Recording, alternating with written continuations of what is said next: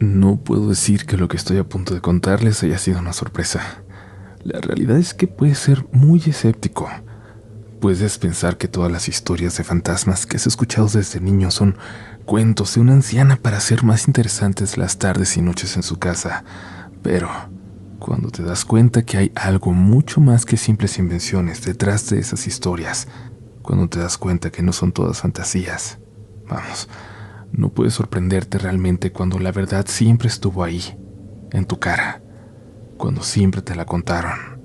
En mi caso, ir a casa de mi abuela, de mamá Luisa como le decíamos, era siempre comer rico, disfrutarla, pero en cierto momento, cuando el sol se empezaba a meter y nos cansábamos de jugar en su patio o en la calle frente a su casa con nuestros vecinos de ahí, sabíamos que al entrar nos iba a preparar un chocolate caliente y nos iba a contar una historia de fantasmas. Siempre era así, esa era la tradición. Estaba llena de historias fantásticas. Nos decía, por ejemplo, que ella había tenido una hermanita que no conocimos nosotros, que ni siquiera el tío Humberto, su hermano menor, conoció, porque estaba muy chiquito para acordarse de ella. La abuela juraba que a esa hermanita se la habían llevado los duendes, porque cuando su papá llegó a fincar ese terreno, todo era bosque, y nunca le había pedido permiso a las criaturas que sabía que vivían ahí. Ese fue el problema, decía, que él sabía que ellos vivían en esa zona, y aún así decidió nunca pedirles permiso. Dice que ellos, los que viven en el bosque, esperaron que tuviera una hija menor y que al cumplir 13 meses con 13 días, se la llevaron. Que ella escuchó el escándalo de voces pequeñas que entraron por la ventana y batallaban para salir. Que se levantó a despertar a sus papás que no podían hacerlo por más que ella les gritara en el oído. Tuvo que ir por agua a la cocina para echárselas en la cara y solo así los hizo despertar. Pero ya era demasiado tarde. Solo escucharon el llanto de la niña entre los árboles, y por más que sus papás buscaron ahí toda la noche, nunca encontraron un solo rastro de ella, ni de quién se la llevó. También había historias un poco más cercanas, más cálidas para nosotros, sus nietos. Supongo que porque algunos eran demasiado miedosos y hasta empezaban a llorar. Por eso nos contaba también relatos de fantasmas buenos, que nos cuidaban. Había una historia, por ejemplo, que parecía tener un truco que yo no entendía. No sabía cómo lo podía lograr. Esta siempre venía después de una historia fuerte. Siempre cuando alguien de mis primos ya tenía mucho miedo. Comenzaba con un sonido de martillo que se escuchaba a lo lejos, y nos decía que no nos preocupáramos, que ese sonido era nuestro bisabuelo, su padre, que se acercaba para cuidarnos. La casa estuvo mucho tiempo rodeada por un cerco de madera muy vieja, que yo me acuerdo que alcancé a ver. Barrotes muy pesados que sostenían hileras de alambres de púas. Ella decía que ese cerco lo había puesto su padre después de la desaparición de su hermanita, y mientras lo hacía decía una oración para cuidar a todos los que estuvieran dentro, para cuidar a su familia, por todas las generaciones que vinieran. Cuando escuchábamos esos sonidos, los del martillo, decía: ahí anda su bisabuelo, cuidándolos aunque no los haya conocido, pero no lo pueden ver, ustedes no. Si uno se asoma por la ventana se va a ir a esconder y dejarán de escuchar el martillo. Y por esto les digo que ese relato parecía tener un truco en particular o algo así, porque siempre, sin falta, cuando alguien se asomaba por la ventana, ¡puf!, el sonido como por arte de magia se dejaba de escuchar. Y funcionaba. Aunque hablaba de una entidad, de un fantasma, nos gustaba sentir que era una presencia que trascendía todo y que estaba ahí específicamente para cuidarnos. Tal vez no es casualidad que la abuela comenzó a ir perdiendo la cordura cuando ese cerco se quitó para construir muros altos de cemento. La casa, según ella, poco a poco se fue llenando de fantasmas, de voces, esas voces que la confundían por las madrugadas, que la hacían salir de casa para que nosotros tuviéramos que ir a buscarla. Fueron tiempos complicados, pero siempre estuvimos ahí, dispuestos a cuidarla como ella nos cuidó siempre que lo necesitamos. Sobre todo mi prima Luisa, que quizás por llevar su nombre, siempre fue la más cercana a ella. Cuando cumplió 15 años, les pidió permiso a sus papás para irse a vivir con la abuela, en uno de los cuartos vacíos del segundo piso. Y la dejaron pero a medias. Se pasaba allá la mitad de la semana y la otra mitad en su casa. Los fines de semana incluso se llevaba a su hermanita, Elisa, porque aunque ella era demasiado pequeña como para ayudarle realmente con la abuela, era lo que más le costaba dejar de su casa, a su hermana. Y bueno, no es que Elisa no ayudara, al contrario, era una niña muy activa que siempre que estaba ahí de visita, procuraba que a la abuela no le faltara nada, y hasta le ayudaba a limpiar aunque no sabía hacerlo aún de la mejor manera. Por eso siempre vimos a Elisa con mucha ternura, porque aun cuando la escoba era del doble de su tamaño, en cuanto veía una basura o polvo, ella la traía para ponerse a barrer. En ese entonces la abuela dejó de subir las escaleras. Sus rodillas se volvieron un martirio para ella, así que la pasaron a una habitación en el primer piso. Mis primas, que seguían durmiendo arriba cuando se quedaban ahí, porque abajo solo había una habitación, se iban a acostar siempre muy al pendiente de cualquier sonido que escucharan, sobre todo porque era muy peligroso cuando la abuela se salía. Pero llegó un momento muy extraño, que inició con una noche cuando las despertó el sonido de la abuela caminando. Pensando que tenía una nueva crisis y que no sabía dónde estaba, Luisa y Elisa se levantaron rápidamente, pero al llegar a las escaleras, se la encontraron ahí, al pie de estas, advirtiéndoles que no bajaran más. «Estoy bien, niñas. Les juro que estoy bien. Pero no bajen, por favor. No es seguro para ustedes aquí. No sé de dónde vinieron tantos, pero aquí abajo está lleno de fantasmas». Aunque la frase parecía extraña, la abuela se veía completamente normal, no en una de sus crisis cuando las voces la hacían salir, cuando no nos reconocía. Luisa mandó a su hermana a dormir y se quedó sentada en las escaleras donde finalmente se quedó dormida, pero muy al pendiente de la abuela. Luisa nos dijo algo que pasó esa noche que en su momento no tomamos muy en serio. Aseguraba que en sus sueños se metieron sonidos de algo allá abajo, como si sí hubiera un grupo de personas hablando, algunos gritando enojados, y que se iban a asomar a las escaleras y la veían ahí dormida, y hablaban de ella, y se querían acercar hasta decir que no, que nadie podía subir, mientras Luisa, la abuela, estuviera allá abajo. Era un clima, un ambiente extraño el que se iba formando, pero a veces desaparecía por completo.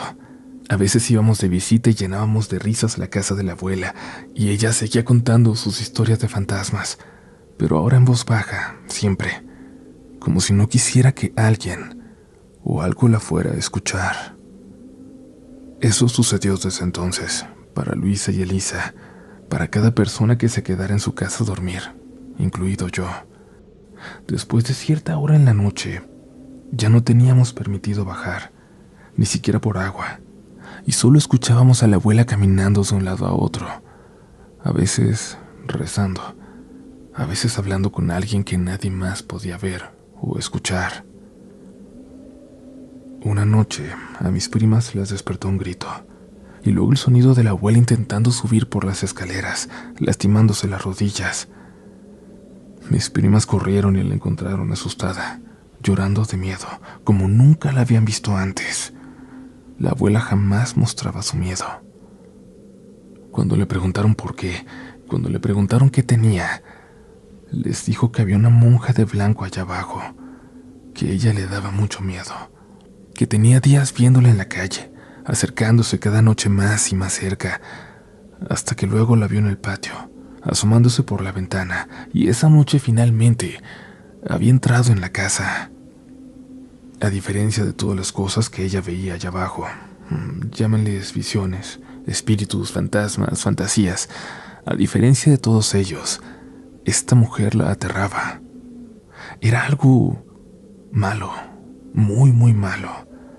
Se cansaba de repetirnos eso, e incluso intentó que mis primas ya no se quedaran con ella porque sentía que corrían peligro. Decía que no podía controlar a esta mujer, que en cualquier momento iba a subir a buscarlas. Quizás por este miedo, por esta ansiedad con la que empezó a vivir, empezó a deteriorarse su salud a pasos agigantados.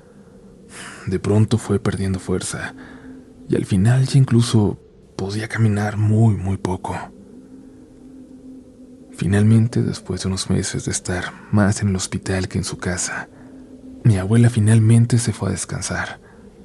Falleció el martes 9 de abril. Todo eso, todos esos días los recuerdo entre sueños, con mucho dolor, como si mi cerebro hubiera intentado protegerme de lo que estaba sufriendo el corazón. Entre funerales, trámites, mudanzas, solo hay algo que recuerdo muy, muy bien sobre esos días tan tristes. Y aquí, comunidad Relatos de la Noche, aquí es donde esto pasa de ser la historia de alguien más, de lo que veía mi abuela, de lo que soñó mi prima, a una experiencia propia. Con mi testimonio, que podría ser bajo juramento, de que lo paranormal existe. Esto fue lo que yo viví. Me enviaron a mí y a mis primos a buscar papeles de mi abuela, algo del seguro funerario, de esas cosas que preparó con años de anticipación porque le molestaba que los demás tuvieran que hacer sus cosas por ella. Eran las 9 de la mañana del día siguiente de su muerte. Fue curioso. Había estado lloviendo toda la noche, pero en ese momento salió algo de sol, solo un poco, unos cuantos rayos iluminando la calle mientras nos acercábamos a su casa. Mis primas habían llegado en la madrugada, ya estaban ahí, las habían dejado para que durmieran un rato. Por eso nos pidieron que revisáramos cómo estaban Luisa y Elisa también. Recuerdo que llegué con mis dos primos mayores, Carlos y Juliana. Ellos dos estaban revisando entre los documentos que la abuela tenía en unos muebles entre la sala y el comedor, cuando yo, moviendo cosas, de pronto encontré dos figuritas blancas. No las reconocía, no las había visto antes. Parecían religiosas. Una era una virgen y otra un diablito con los cuernos quebrados. Me cabían en las palmas de las manos y estaban llenas de tierra. Olían mal. Julián se dio cuenta de lo que tenía en las manos y solo dijo: «Eso no se ve nada bonito. Ahorita que nos vayamos lo tiramos lejos de la casa». Mi primo salió a contestar una llamada. Juliana y yo seguíamos buscando entre los papeles.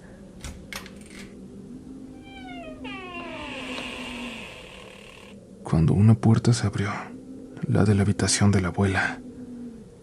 Los dos nos quedamos quietos, callados, y nos asomamos hacia allá. Vimos, les juro que vimos, que alguien iba subiendo las escaleras.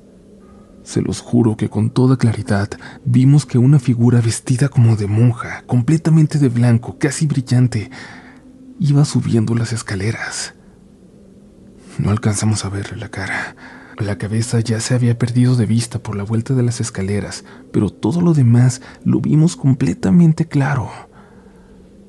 Sentí mucho miedo, pero corrí porque arriba estaban mis primas dormidas.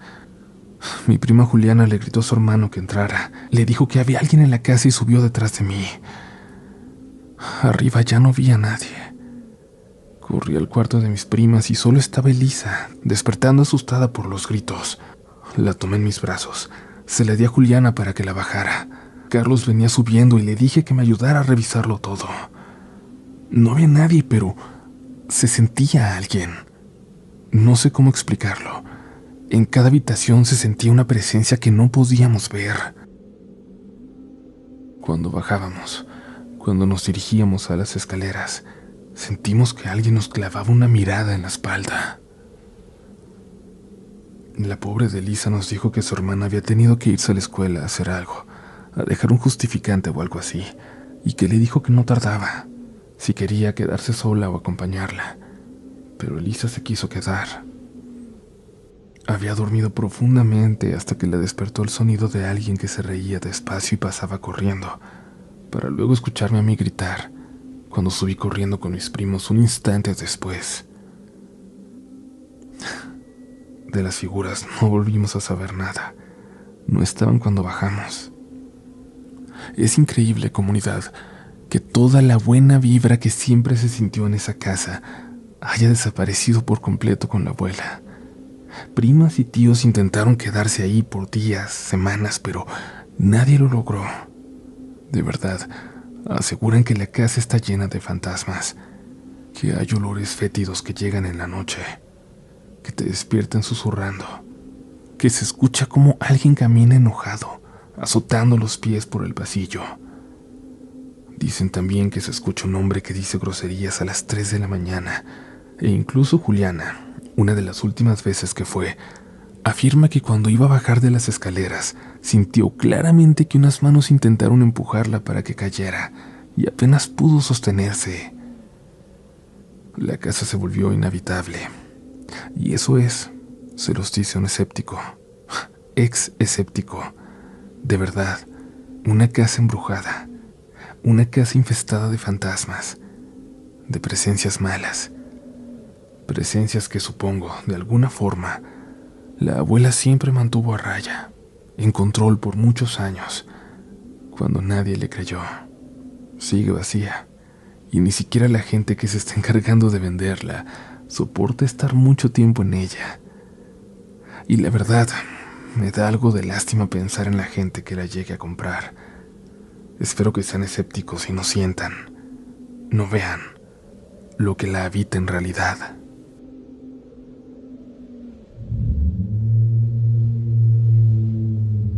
Tú que nos estás escuchando mientras manejas, mientras haces tareas en casa, cuéntanos, ¿has estado alguna vez en una casa embrujada? ¿Crees que algo así sea posible? ¿Que existan? Por favor, no dejes de comentarnos tu opinión, me es muy importante. Si has sentido un malestar que no puedes explicar, una presencia, una mirada, incluso eso, déjanos tu testimonio porque lo vamos a tomar mucho en cuenta. Tengo que hacer mi comercial antes de seguir, como siempre, pero bueno, ustedes por favor, aguántenme. Ya hay más libros en Amazon, también en Gandhi, El Péndulo, El Sótano, en todas las librerías cerca de ustedes. Gracias por hacer de Relatos a la Noche el libro todo un éxito. Y gracias a ese éxito estamos programando más y más firmas. Recuerden que viene Pachuca, Monterrey, Oaxaca, y estoy viendo si podemos armar algo de nuevo también en Ciudad de México para toda la gente que no ha podido ir. Gracias en serio por ese apoyo y por leer. Espero que mi libro sea su entrada para libros mucho mejores, para libros clásicos. Es hora de continuar con más relatos porque no, aún no ha sobrevivido a este episodio de Relatos de la Noche. Hola, soy de Mixco y hace poco escuché la historia de la mujer lobo de Zapopan, la cual me hizo recordar una historia que me contó mi papá hace unos años. Él creció en un pequeño pueblo del cual, por respeto, no voy a mencionar el nombre. Él y sus hermanos crecieron en ese lugar, desde que mi papá nació. Aquel pueblo era muy alegre en ese tiempo. No había delincuencia, y a lo más que llegaban los problemas era a las típicas peleas entre borrachos, que no solían pasar a mayores, pero como había tantos, no faltaban las rencillas entre ellos. Era muy común ver a los borrachitos tirados por ahí, cuando les ganaba la borrachera, y se quedaban dormidos en cualquier parte. Pero un día encontraron a uno de ellos muerto en la entrada de una casa. Tenía marcas de violencia. Era evidente que alguien le había quitado la vida.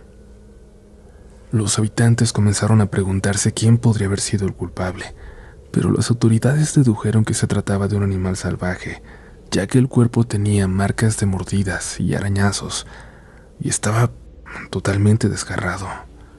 No pasó mucho tiempo antes de que encontraran a otro joven desfigurado por completo, con las mismas marcas de mordidas, de rasguños por todo el cuerpo.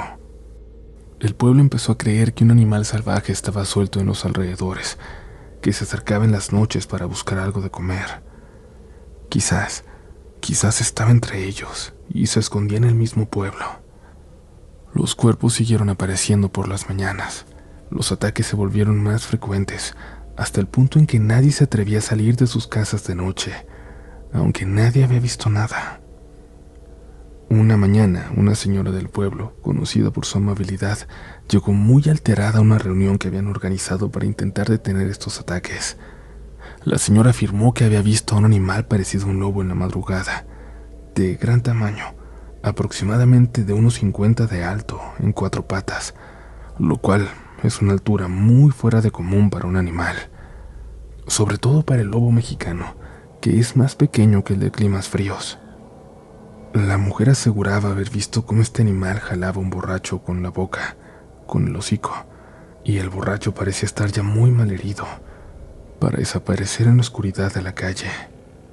Claro, no se atrevió a salir ni para pedir ayuda, y es que en ese entonces ni pensar en tener teléfono.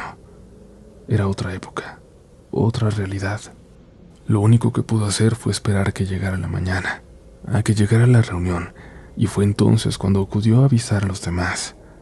Era la primera vez que alguien veía a la criatura que estaba detrás de los ataques. Cuenta a mi papá que tiempo después, él ayudó a un hombre a bajar unas sandías de un camión de carga, ya que al otro día había mercado. Sin embargo, el dueño del camión le dijo que no podía dejarlas ahí, así que el vendedor tuvo que dormir en la calle entre todas sus sandías para la venta. El hombre no podía dormir bien, era muy incómodo el lugar.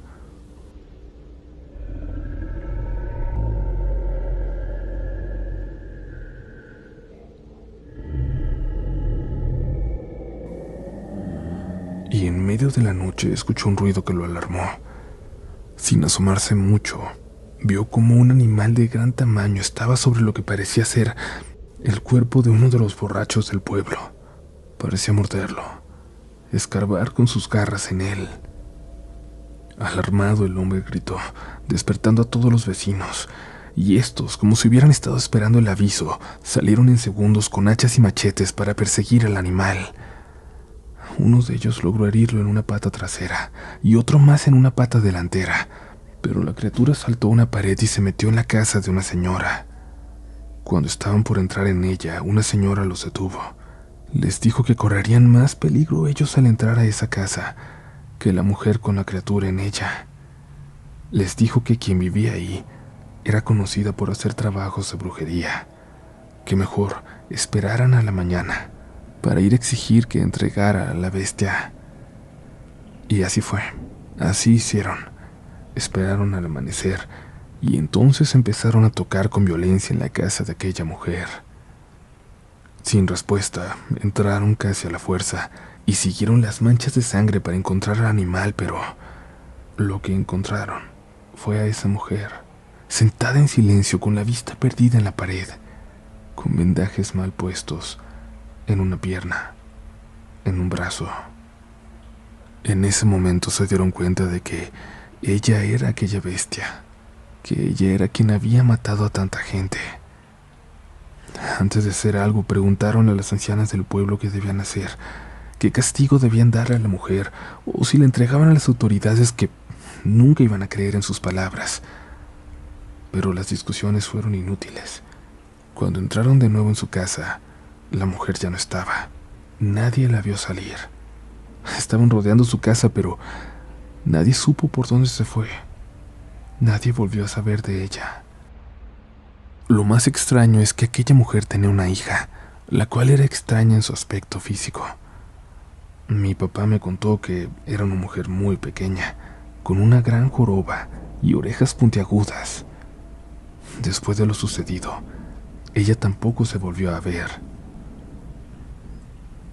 En el pueblo se sigue contando sobre esta mujer porque, a veces, en ciertas noches, se escuchan aún rugidos muy extraños que atraviesan las calles de noche, tan espantosos que incluso la gente que no conoce esta historia, o la gente que la conoce pero con los ojos de otro tiempo, no se atreven a salir a ver qué es lo que los provoca.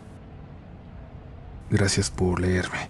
Espero que puedan publicar mi relato y que todos los oyentes pasen una muy feliz noche.